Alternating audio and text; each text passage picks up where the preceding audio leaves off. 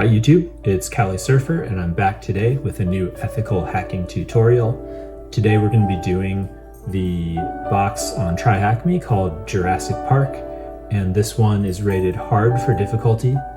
It will involve some SQL injection and modifying the web address inline in the browser, and also we'll be doing some privilege escalation on, I believe it's going to be a Linux box, but we'll find out, until we can get to root user and have full permissions on the server. So without further ado, let's get into it. Listen closely.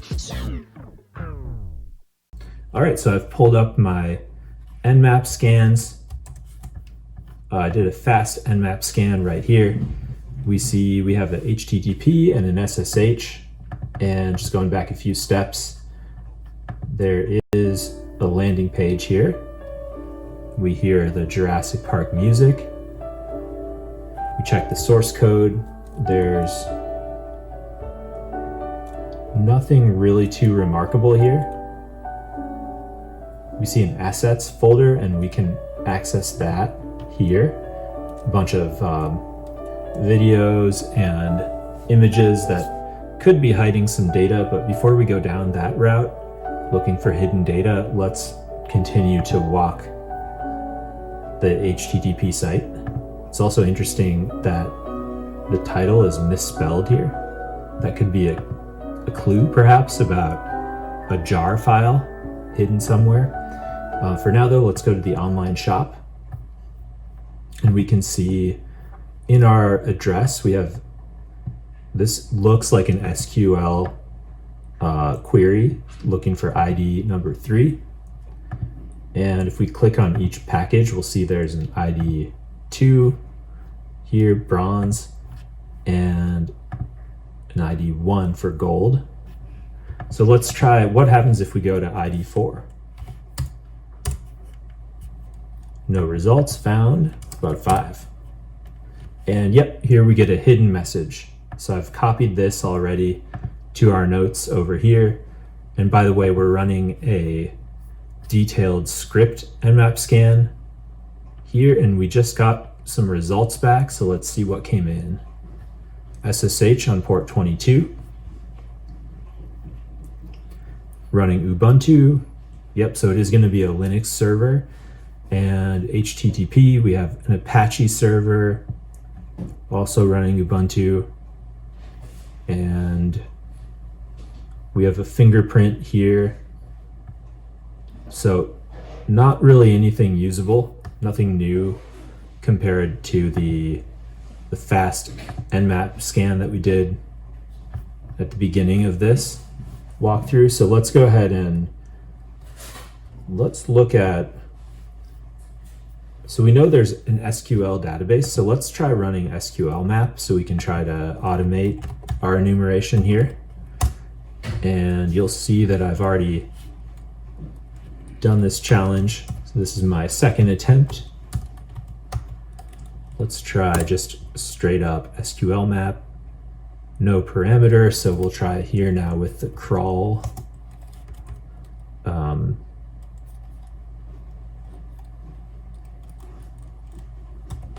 Crawl equals 2. Let's try that.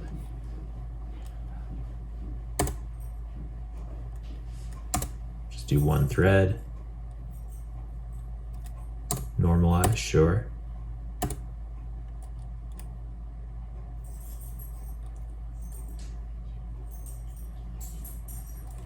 Okay, this may take a while, so we'll just label this one SQL map, open a new tab. Some kind of WAF, that's a firewall. And I'll have a new scratch tab here. Bring it up to a larger size for you so you can see. And let's see, next.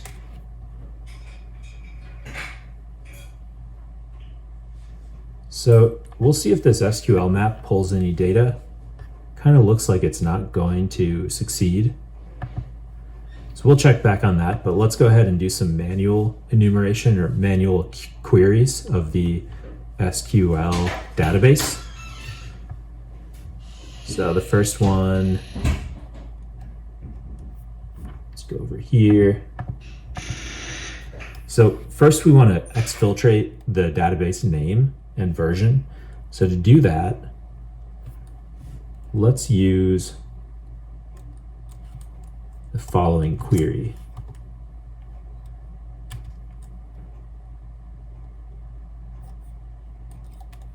So it'll be a union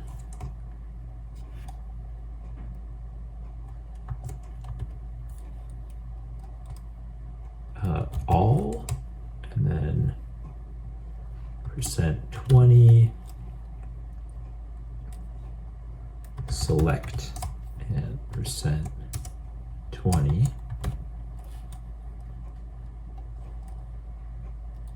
101 database, empty parameters, version 5.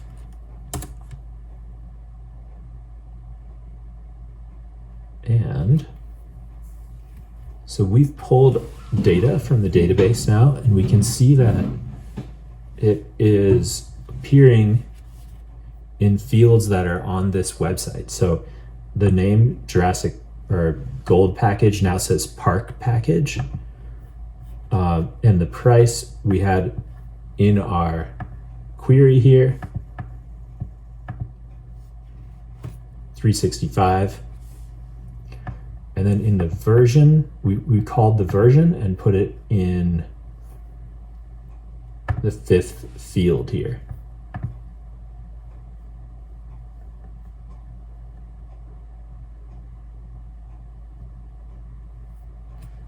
Okay.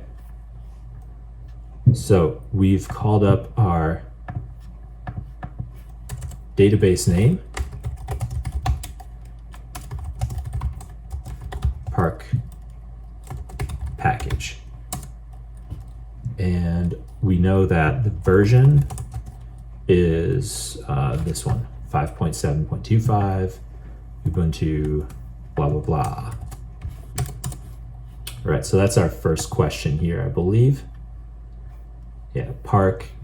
All right, the package is not part of the database name, so just Park. And right, we know there are 5 columns, and it's running Ubuntu 16.04. Okay. Let's go back for a minute, and we can see, yeah, so there things are being displayed here. Development is a variable or a column, and this message down here is another one. So we can use those 2 fields to display information on the HTML site so that we can extract this data and view it in plain text. So again, let's go forward. Let's check our SQL map, see if anything came through. Okay, still asking me questions.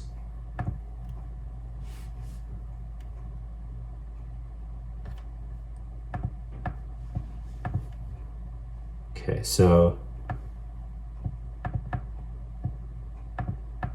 union all select.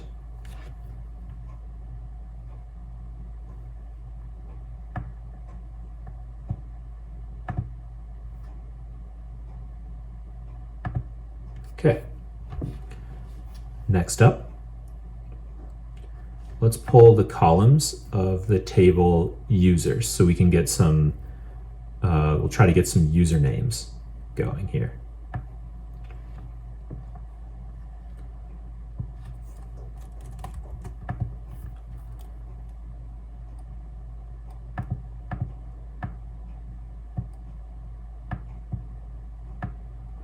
SQL map is chugging away. We'll see if it works.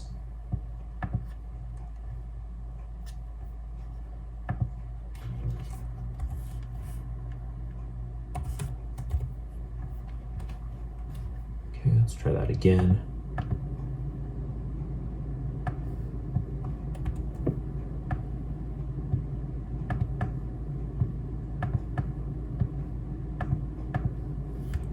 one union select, 1, 2, 3, group concat, so we want the column name, 5 from information schema dot columns, where table schema equals database, and table name equals users. Let's try that. Okay, doesn't like that.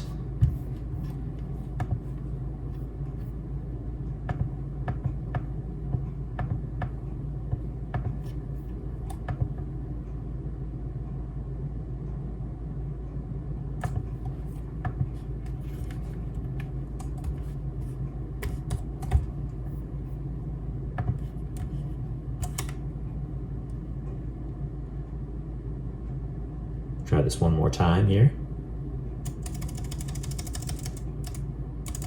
To the question marks, we can add our query.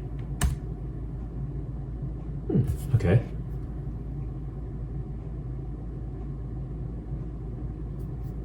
Users at line 1. Let's see, where is that? So we're getting a syntax error here.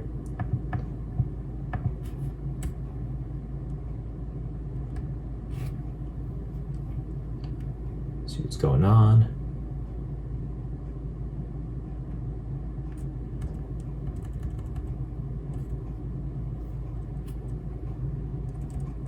Maybe it's a user instead of users. No. Okay. Well, let's see if we can retrieve any passwords that might be in there.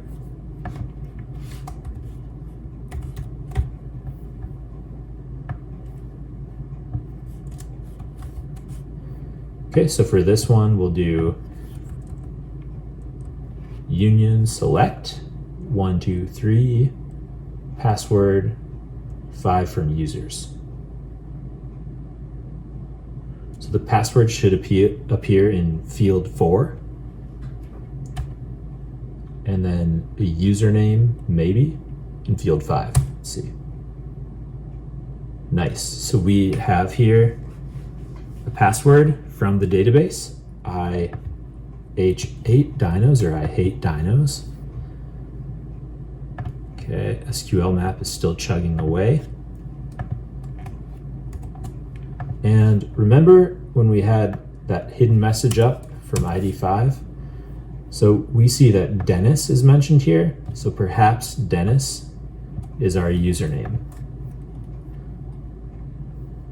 So again, the things to notice here are that on this HTML page, you can see that there are certain fields that are variables that can be changed, and they're changed based on data that's queried from the SQL database. So development, this word here is one, the price is also one, and probably this is one, how many packages sold in the last hour, and then also a message here. So we've got like 1, 2, 3, 4, and I think there's also a field 5 here. So we now have credentials. We've got a Dennis, password, I hate dinos. And we know that there's an SSH service running on port 22. So our next line of attack is going to be to attempt logging in as Dennis at, and we'll do target IP, password, I hate dinos. Okay, so let's try that. And back to our Scratch. See if this works. Actually, we have to, P is for port, not for password. Let's check, how do we code in the password there?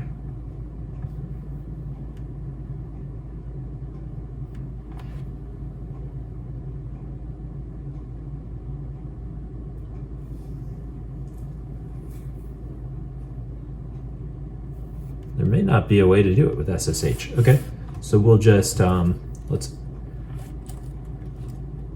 do echo IP, so we don't have it. Let's go back to our notes, grab that IP.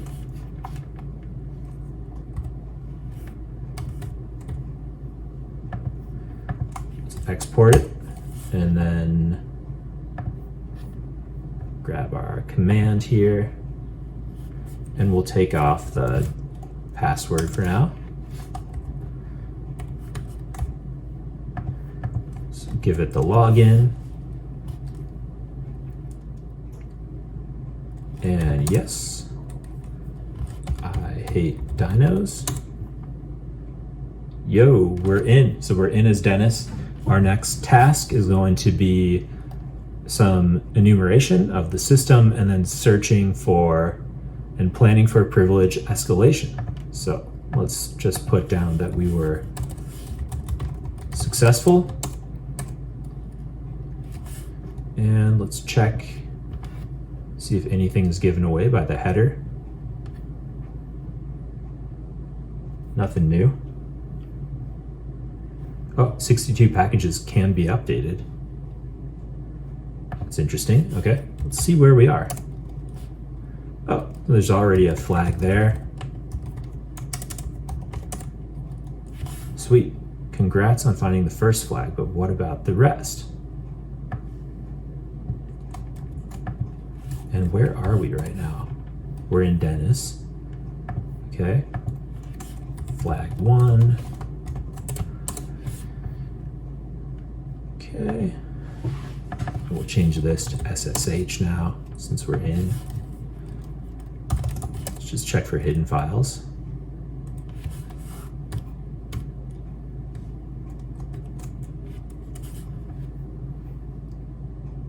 Bash history.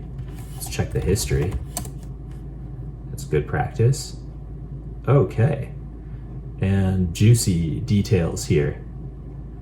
We've got a flag just from the history.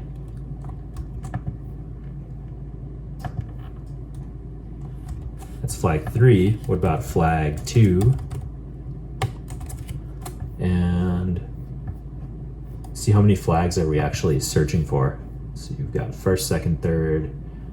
There's no fourth flag, but there is a fifth flag.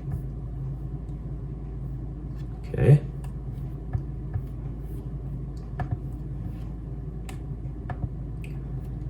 So we need flag 5. And it looks like SCP was used to copy flag 5 to some other machine.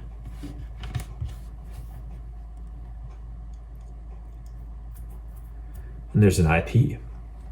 We also have Dennis's IP.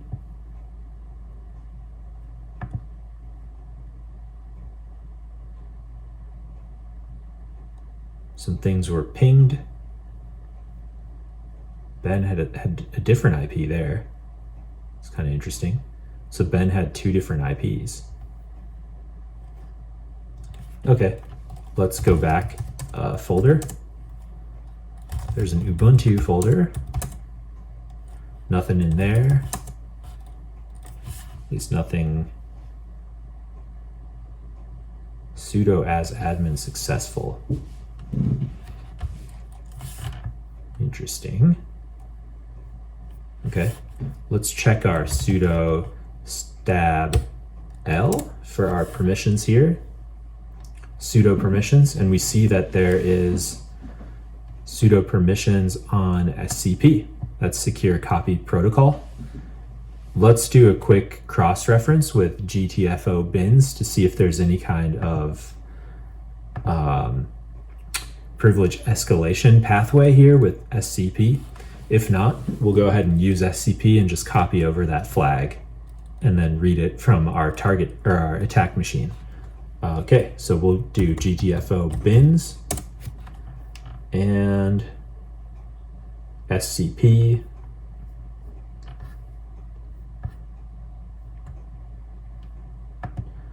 Limited sudo.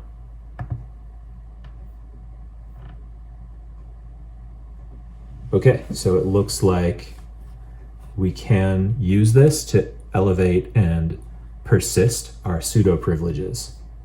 It does not drop elevated privileges and may be used to access the file system and so on. So let's see if we can just run all the commands. Not sure if it'll let us do that. It did. Who am I? We're root. So we can just find the flag5.txt now. Say type. Actually, we want to do the stab type, and F for file, name, and it should be flag5.text.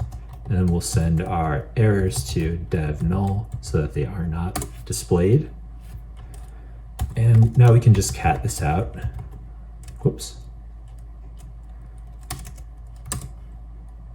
Cat root flag5.text. And we've got it. So the other route that you could use for getting this flag is just using SCP with pseudo privileges in the traditional way and copying over that flag to our attack machine and then catting it out from our attack machine. That way we don't need to have persistent pseudo permissions. If we hadn't found all of those flags in the history, then we would have been able to skip some SCP copy commands and it would have been faster. Really didn't make much difference the way that we ended up doing it here, but let's just copy over our flag 5 here, and then flag 2, did we not get that one? I guess that wasn't in the history, so let's find that one real quick. So we'll just use this same command, but we'll change it to flag 2. So I'll bring up a mouse pad real quick. Whoops. Okay, go back to our machine. Mouse pad, you want to restore? No. And copy that over, change it to flag 2. Copy that again, back to our SSH. Let's find it. Oh. Huh. Well, let's go into the root folder. Did I miss it in the history?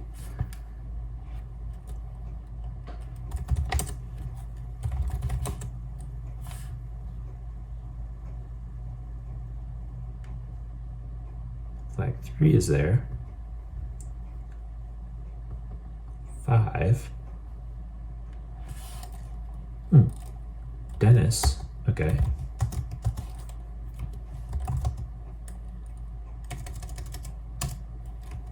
Type F, name, flag 2, text.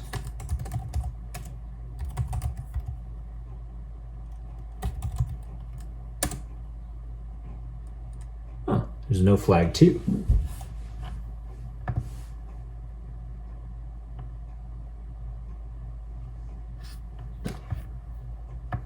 Check our notes.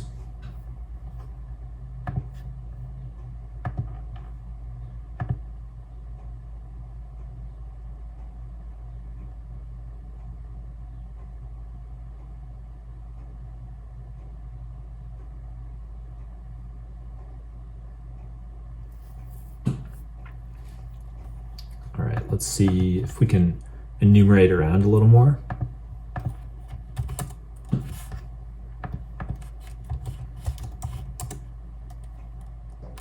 So there is a sudo as admin successful.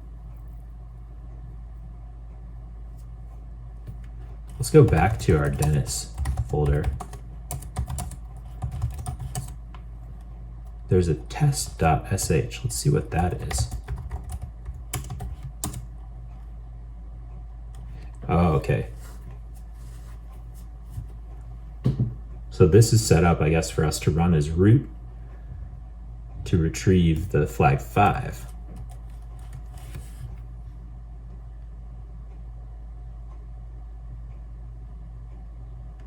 There's also a vim info there, but we don't have access as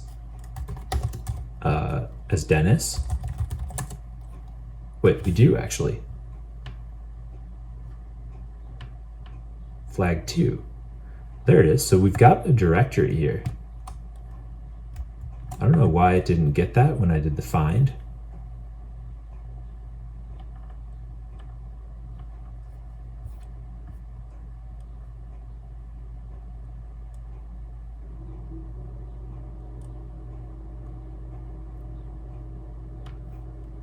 Okay, but now we have a pathway